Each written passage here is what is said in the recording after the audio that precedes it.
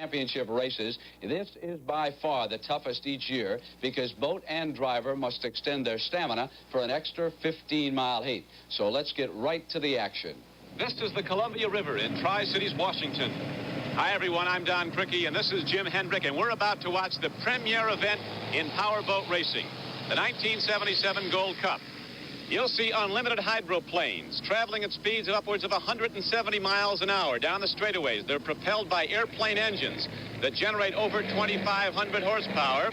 And when they go into those turns, it takes some excellent driver to hold the course, Jim. It takes a lot of guts, and they have to hang on for dear life. There's no doubt about it. These guys are pros, and they face dangers that are not faced by drivers at Indy or Pocono or any of the car races. Because at Indy or Pocono or anything like that, the track is grooved. They know where it's at, and that's where they stay. And the turns are banked. You can't bank water. These guys read a different track every single time out, and they're going to give you a show today. All right, Jim, they call it thunder on water, and it's one of the most dangerous sports in the world. And we're ready now for Heat 1 of the Gold Cup. As the pride of man back with Ron Armstrong, has the inside, the natural late with Tom Sheehy in lane number 2, and on the outside, look at Pete LaRocque and the KYYX U96 take the outside, get across the line first. But it's the pack with Armstrong into corner number 1 first and on top.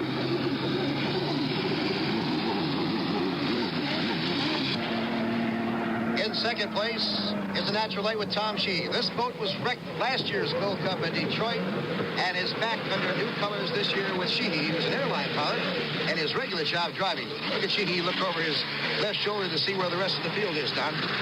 Tom Sheehy, 34 years old. The Columbia River is a perfect course for Gold Cup racing. Each heat is 15 miles long, 6 laps around the 2.5-mile course.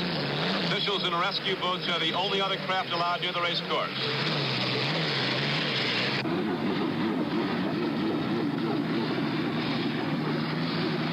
Look at Pete LaRocque in that cab over, really throwing up about a ton of water at this point, Don. As we complete lap number 1, 112.3 for the pack with Armstrong driving, and Sheehy about a 110.5, which means about 165 to 168 miles an hour in the straightaway. That's 3 tons of boat going that fast. The propellers that give the hydroplanes their thrust are remarkably small, barely over a foot in diameter. But what power! The props kick up over a ton of water in that rooster tail. Look at Tom Sheehy. He's going to try to catch Armstrong. He's riding in lane number 2. Watch how close these boys come off of corner number 3 and at the apex of lap number 2 here on the Columbia. But on the inside and holding Sheehy out on his hip is Armstrong, and this is unusual. This is the first heat of competition for Armstrong in this boat. Gold Cup hydroplane racing goes back 73 years in this country, back to 1904. That race was run on the Hudson River in New York City. The winning boat averaged just over 23 miles an hour. Only a couple of miles an hour faster than a world-class sprinter can run. But now it's come to this. Superpower creations weighing some 3 tons. Don, this is a great shot in slow motion of our leader, Ron Armstrong, who's probably boiling in that cockpit sitting behind the engine. About 140 degrees is the temperature, they say. And right now he's sliding through the turn, and only a skid fin 10 inches down into the water on the left side keeps him from spinning like a top. They talk, Jim, about games of inches. And that little skid fin, that little guide rudder has to hold to keep the boats on course as they speed around the turns. If it snaps, a 6,000-pound hydroplane's in a lot of trouble. Back to fast action. We're on lap number 5 as Ron Armstrong maintains his lead by about 3.5 seconds over Tom Sheehy, who is giving chase. It was just a year ago that Tom Sheehy of Miami, Florida, was badly injured here on this Columbia River in an unlimited hydroplane race, but he's come back, has never looked back. Actually, that accident, he took a rooster tail off the stern of another boat full in the face. That caused him a lot of problems, but he's back driving well this year. Through lap 5, Ron Armstrong continues to maintain the lead. 400 points are credited to the first-place finisher in each heat, 300 for second, 225 for third. Each driver will compete in 3 preliminary heats. The best scores attainable would be 1,200. The top 6 boats will qualify for the championship heat, the 6-lap run for the Gold Cup.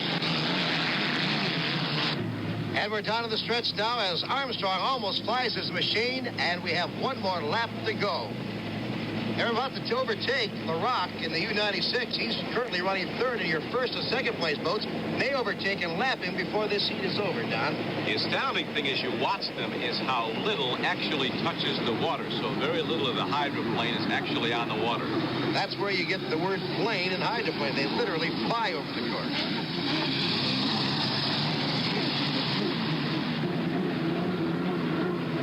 Ron Armstrong holding control now as he has command of this initial heat of the 1977 Gold Cup competition from Tri-Cities, Washington. Here's a great shot of our first and second place boats. And as you can see, it's about a 3.5-second lead for Armstrong over Tom Sheehy, coming up very fast in lane number 2 with less than a half a lap to go in Heat 1A. So if Tom Sheehy is going to make his move, he'll have to do it now with 3 seconds elapsed time separating the two top runners. And Armstrong knows that Sheehy's on his hip on this final turn on the dash for the checker flag. He'll try to keep it in tight. Meanwhile, keep his foot into the throttle and win 400 points here in Heat 1A. Ron Armstrong, a young man from Orange County, Southern California, firing out down the final straight, getting the checker flag. In Heat 1A with Tom Sheehy, the second-place finisher, Pete LaRock third, and Tom Martin finished fourth. And here we come to the flying start for Heat 2C. If one of those hydroplanes crosses the start line early, a penalty that's very difficult to overcome is assessed. They lose a whole lap. Don, we've got a wild start. Watch the boats as they hit some rollers over there. Oh, John Petty almost lost to Madison as they come down and dive for corner number 1. And Martin went in through 2 rooster tails as he dives in behind the boat. Here they come flat out into the first turn. And there is Mickey Riemann as he comes out with great style, challenging out into the back straight. Riemann is doing something very wise now. Watch him. He is holding Armstrong in close so that Armstrong can't get his RPMs up, and Mickey can play with him in this situation if he so desires. Mickey seems to have the horses off the corner to keep abreast of the pack, but Armstrong takes his boat in tight and comes out on top.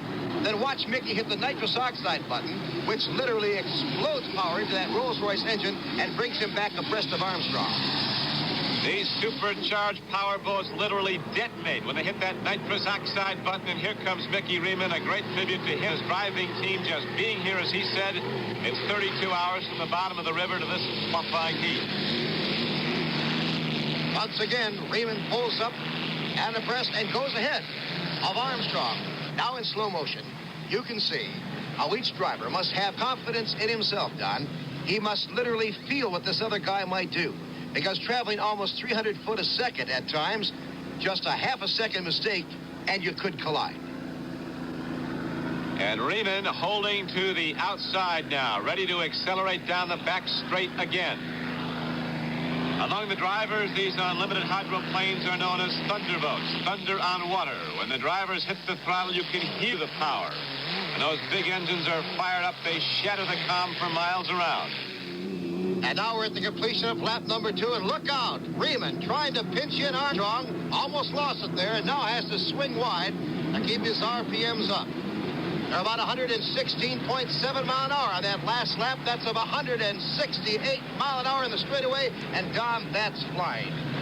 It is indeed, Jim. Over the years, the engineers and mechanics have changed the size and the shape of unlimited hydroplane hulls. But for the most part, the power plants have remained the same. Those airplane engines, but the boats get faster and faster.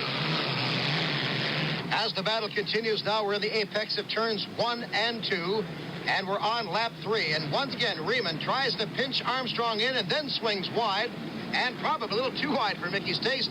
And once again, on this seesaw battle, Armstrong takes over. The water is a very pleasant place on this very hot summer day. If one of the boats should lose it, it's not a very good place to be. Few, if any, sport in the world draw the enormous attendances of unlimited hydroplane racing. Upwards of 200,000 line the banks of the Columbia River for this race today.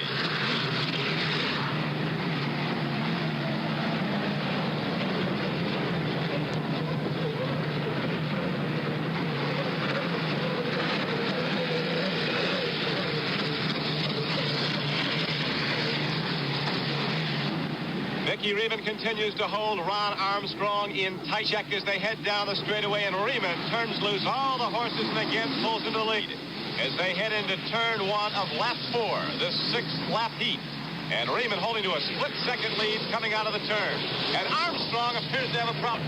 He hooked the boat. Now let's watch on an instant replay from a different angle.